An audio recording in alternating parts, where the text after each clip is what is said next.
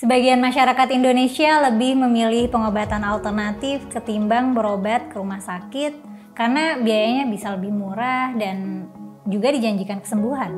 Sebagian lagi lebih percaya pada pengobatan medis karena praktiknya berdasar pada standar penelitian medis. Apa ya yang bikin orang cenderung ke salah satunya? Apakah harga atau efektivitas? Atau menjaga tradisi? Atau ini sebenarnya masalah kepercayaan? Mari kita bahas selengkapnya bersama aku Mela di rubrik Pro Kontra.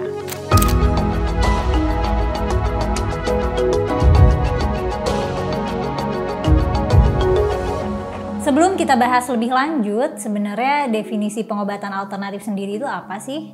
Pengobatan alternatif itu merupakan suatu bentuk pengobatan kesehatan yang menggunakan cara, alat, atau bahan yang tidak termasuk dalam standar pengobatan medis. Jadi intinya pengobatan yang tidak termasuk dalam standar pengobatan medis ya. Sampai sini aku bagi dulu jenis pengobatan alternatif jadi dua. Satu, tipe pengobatan alternatif yang memang secara saintifik terbukti bisa merawat, meringankan, atau menyembuhkan suatu penyakit. Dan dua, tipe pengobatan alternatif yang tidak memiliki bukti ilmiah kalau praktiknya itu bisa merawat, meringankan, atau menyembuhkan suatu penyakit. Contoh tipe pengobatan alternatif yang secara saintifik terbukti bisa merawat, meringankan, atau menyembuhkan. Misalnya kita masuk angin, terus kita pijit, atau kita minum jamu buat masuk angin. Nah, pijit itu kan emang terbukti kalau dipraktikkan bisa melancarkan peredaran darah. Dan bahan-bahan dalam jamu kan memang diracik dari bahan-bahan yang terbukti bisa meringankan kondisi masuk angin. Nah, misalnya kayak gitu. Atau yang mirip-mirip sama praktik pijit, ada akupuntur, ada bekam, atau macam-macam teknik pijit lain deh. Yang pakai batu panas lah, atau yang dipukul-pukul, atau pakai batu giok.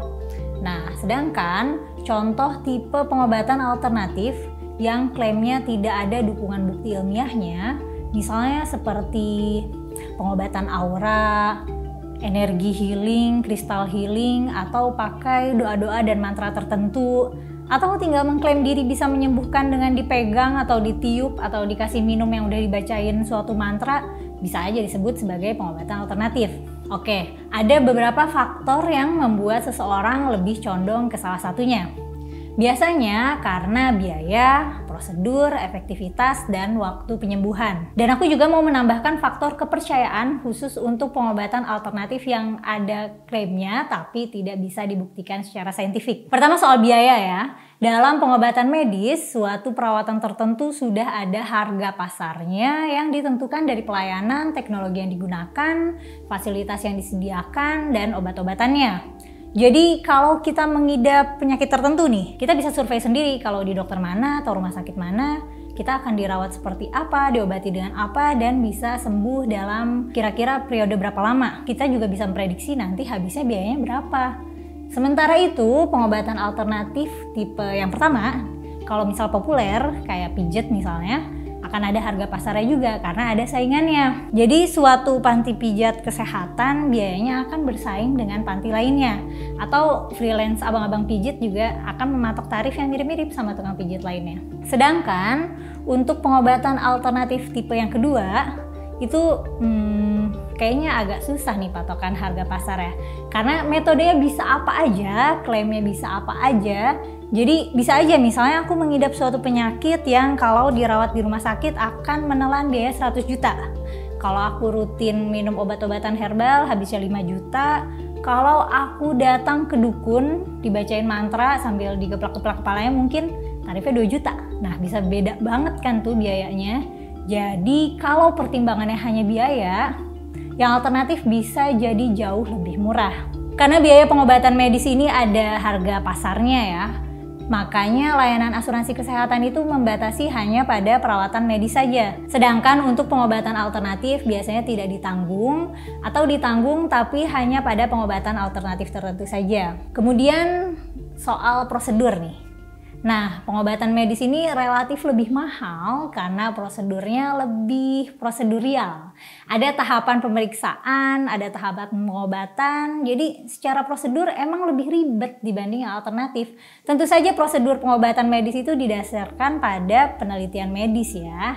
Nah, tapi kalau yang malas ngikutin prosedur perawatan yang ribet, jadinya pengobatan alternatif terlihat lebih mudah dan praktis. Lanjut lagi, ada faktor efektivitas. Dalam standar medis, nggak boleh tuh dokter mengklaim suatu efektivitas yang tidak ada dasarnya, dan dokter juga nggak boleh menjanjikan kesembuhan. Jadi kesembuhan itu bukan janji, tapi memang suatu kondisi yang mau dituju dengan dilakukannya prosedur pengobatan dan perawatan. Jadi dokter itu tugasnya mengikuti prosedur untuk menuju kondisi sembuh atau lebih baik atau lebih ringan lah. Sedangkan standar yang kayak gini nggak ada standar rigidnya di praktek pengobatan alternatif. Pernah nggak nemu obat herbal atau tempat praktik pengobatan alternatif yang klaimnya gede banget? Klaimnya bisa menyembuhkan berbagai penyakit parah dalam waktu singkat.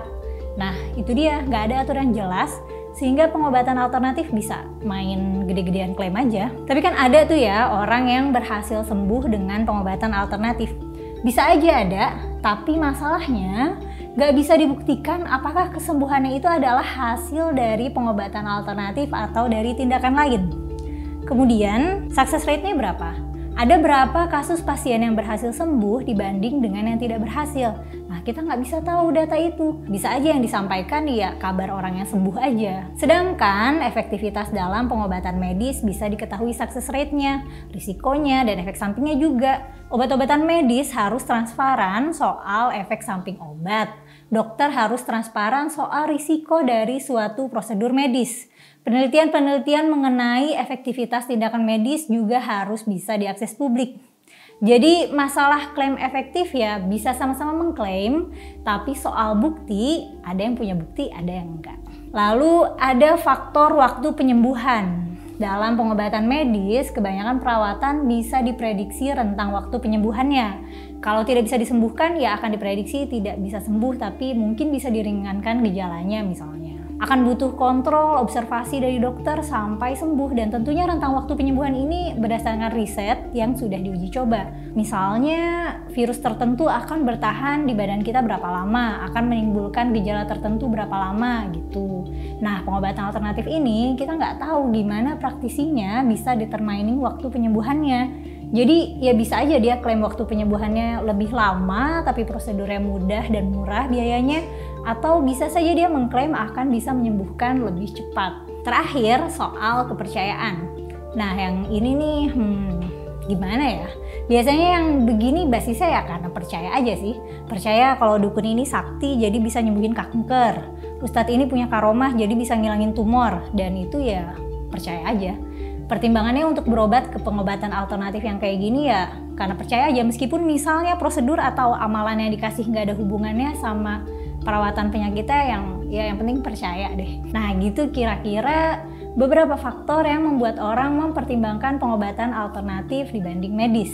Ngomong-ngomong, Badan Pengawasan Obat dan Makanan atau disingkat BPOM mengklasifikasikan obat herbal menjadi 3 jenis, yaitu 1 obat tradisional, termasuk jamu, obat tradisional impor, obat tradisional lisensi, 2 obat herbal terstandar atau disingkat OHT, dan fitofarmaka. Obat tradisional itu harus mengawali klaimnya dengan kalimat secara tradisional digunakan untuk. Obat tradisional ini menggunakan bahan dan resep yang sudah digunakan turun-temurun dan tidak boleh mengklaim khasiat menggunakan istilah medis, misalnya jamu untuk diabetes, jamu untuk hiperlidemia, jamu untuk TBC, dan lain-lain. Terus obat herbal terstandar atau OHT. OHT adalah obat dengan bahan alami tapi sudah teruji praklinik dan terstandarisasi. Nah ini biasanya masuk ke obat masuk angin dan diare nih. Terakhir ada fitofarmaka.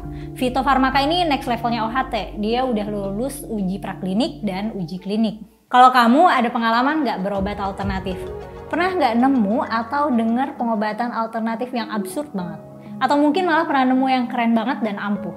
Coba share pengalaman kamu di kolom komentar ya. Like dan share video ini, subscribe juga channel YouTube Geolife supaya nggak ketinggalan konten terbaru kami.